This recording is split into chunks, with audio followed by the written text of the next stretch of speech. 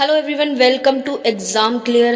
तो आज हम आपके लिए इतिहास का नया टॉपिक लेके आए हैं। आज हम पढ़ने वाले हैं मोहम्मद गौरी के बारे में। इससे पहले भारत पर दो और मुसलमान जो आए थे, एक मोहम्मद बिन कासिम और महमूद गजनबी, उनके बारे में हम ऑलरेडी पढ़ चुके हैं। अगर आपने अभी तक उस वीडियो को नहीं देखा है तो लिंक मैं डिस्क्रिप्शन में दे दूंगी, आप जाके वहाँ देख सकते हैं। उनसे रिलेटेड जो भी क्वेश्चन बनने थे उन सबको मैंने वहाँ कवर किया हुआ है। अब आज हम पढ़ने वाले हैं मोहम्मद गौरी के बारे में। कौन था मोहम्मद गौरी, कहाँ से आया था, पूरी डिटेल हम इस वीडियो में कवर करने वाले हैं, तो वीडियो को बिल्कुल भी स्किप मत करना। तो चलिए शुरुआत करते हैं। पहला सवाल है हमारा, मोहम्मद गौरी का जन्म कब हुआ था? आपके ऑप्शंस हैं ए 1149 ईस्वी, बी 1150 ईस्वी, सी 1152 ईस्वी, डी ए और बी दोनों।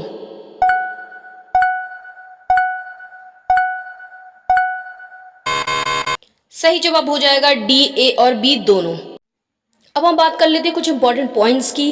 तो मोहम्मद गौरी का वास्तविक नाम शिहाबुद्दीन मोहम्मद गौरी था। मोहम्मद गौरी का जन्म 1149 व 50 ईस्वी में आधुनिक जो अफगानिस्तान है वहाँ के गौर जिले में हुआ था। पहले क्या था, पाकिस्तान नहीं था, अफगानिस्तान नहीं था, एक छोटा सा ईरान का इलाका था, जो हमारे अफगानिस्तान का छोटा सा भाग ईरान में भी था और हमारे आज के भारत में भी था, वही अफगानिस्तान था। वहीं के गौर जिले में जन्म हुआ था। अब बात कर लेते हैं सन की। तो सन के मामले में इतिहासकारों को मतभेद है कि 1149 में हुआ था या 50 में हुआ था। आप दोनों को ही दोनों ही डेट याद रखनी है। कोई भी ऑप्शन में आए तो आपको उसको टिक कर देना है। नेक्स्ट क्वेश्चन है हमारा, तबगात ए नासिरी नामक ग्रंथ किस शासक के इतिहास के बारे में लिखित है? आपके ऑप्शंस हैं ए मोहम्मद गौरी, बी महमूद गजनबी, सी कुतुबुद्दीन ऐबक, डी इनमें से कोई नहीं।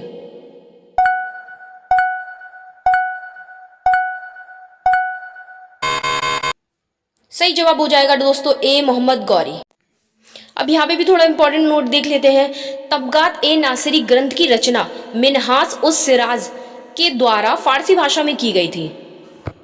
इस ग्रंथ में मोहम्मद गौरी की भारत की विजय के बारे में जानकारी मिलती है। भारत की विजय में, भारत में जितने भी उसने आक्रमण किए, जितने भी जहाँ जहाँ जगह पे उसने विजय हासिल की, उन सब के बारे में यहाँ जानकारी प्राप्त होती है।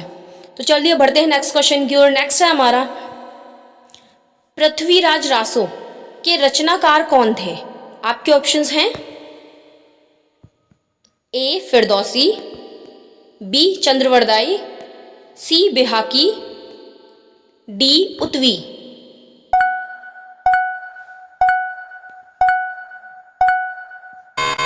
सही आंसर जो हो जाएगा दोस्तों बी चंद्रवरदाई।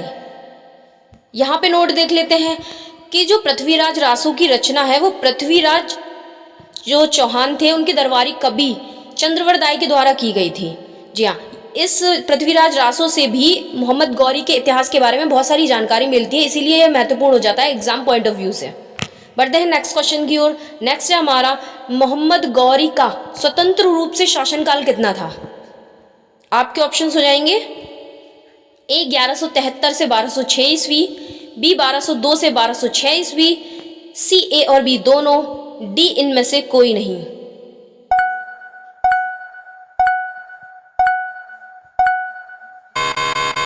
सही आंसर हो जाएगा दोस्तों बी 1202 से 1206 ईस्वी।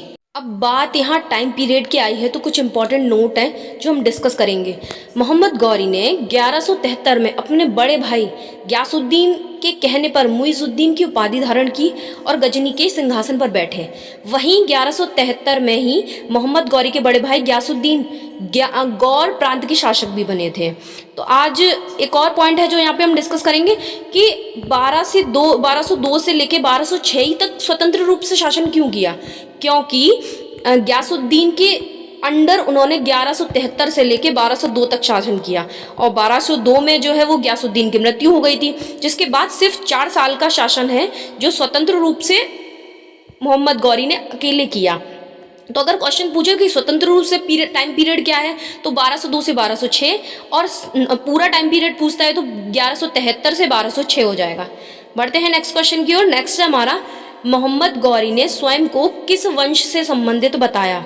आपके ऑप्शंस हो जाएंगे ए गजनी वंश, बी यामिनी वंश, सी गौर वंश, डी संचवानी वंश।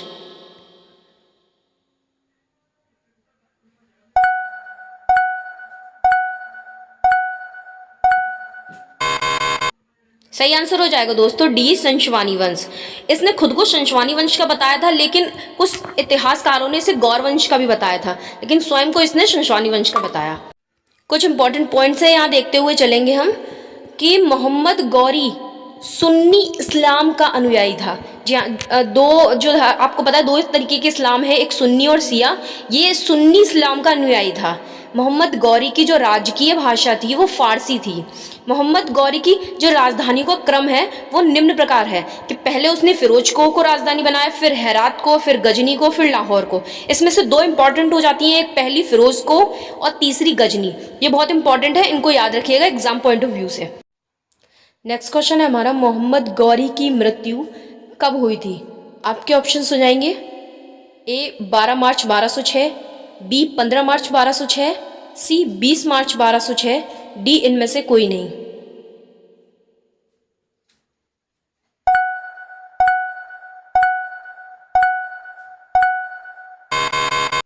सही आंसर हो जाएगा दोस्तों ए 12 मार्च 1206। नेक्स्ट क्वेश्चन हमारा, इस्लामिक सत्ता का वास्तविक संस्थापक किस शासक को कहा जाता है? आपके ऑप्शंस हो जाएंगे ए मोहम्मद गौरी, बी मोहम्मद बिन कासिम, सी केवल बी, डी सभी।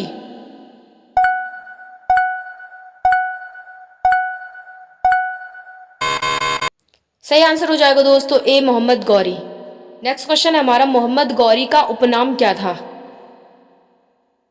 आपके ऑप्शंस हैं ए मोहम्मद बिन साम, बी शहाबुद्दीन, सी ए और बी दोनों, डी इनमें से कोई नहीं।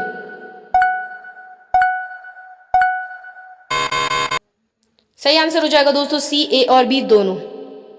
नेक्स्ट है हमारा, सूफी संत मुइजुद्दीन चिश्ती भारत किसके साथ आए थे? आपके ऑप्शंस हैं A Qutubuddin Aibak, B Mohammad Ghori, C Mahmud Ghaznavi, D Bakhtiyar Khilji.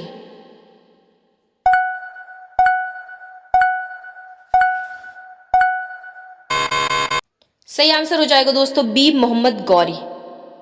Last question है हमारा, भारत में गौरी के आक्रमण के क्या परिणाम हुए?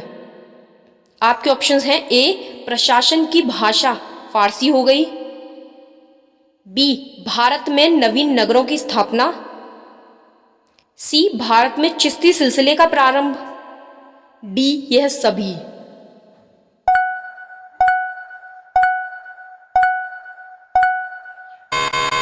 सही आंसर हो जाएगा दोस्तों डी यह सभी। तो ये थे हमारे कुछ मोस्ट इंपॉर्टेंट क्वेश्चन। इसमें मैंने मोहम्मद गौरी से रिलेटेड सारी चीज़ों को कवर किया हुआ है। बस इसमें एक टॉपिक जो डिस्कस नहीं किया है वो है मोहम्मद गौरी के युद्ध, जो कि बहुत मोस्ट इंपॉर्टेंट है और सारे ही युद्ध मोस्ट इंपॉर्टेंट है एग्जाम पॉइंट ऑफ व्यू से। तो उसके लिए मैं अलग से स्पेशली नेक्स्ट वीडियो लेके आऊँगी जिसमें सिर्फ और सिर्फ हम मोहम्मद गौरी के युद्ध को डिस्कस करेंगे। इसमें उनका जन्म कहाँ से थे, कैसे थे और उनका वंश क्या था, कितने आक्रमण हुए, क्या हुए, इतनी छोटी छोटी डिटेल्स को हमने डिस्कस किया हुआ है। क्योंकि अगर हम पूरा वीडियो में एक ही चीज़ को कवर करेंगे, पूरा मोहम्मद गौरी के बारे में अगर कवर करते तो आधे घंटे से ऊपर का वीडियो हो जाता। तो इसीलिए मैंने सिर्फ और सिर्फ इसमें बाकी चीज़ों को कवर किया हुआ है। जो नेक्स्ट वीडियो आएगा उसमें हम मोहम्मद गौरी से रिलेटेड जितने भी युद्ध हैं उनको कवर करेंगे, क्योंकि इनके द्वारा जो लड़े गए जितने भी युद्ध हैं वो मोस्ट इम्पॉर्टेंट है एग्जाम के लिए।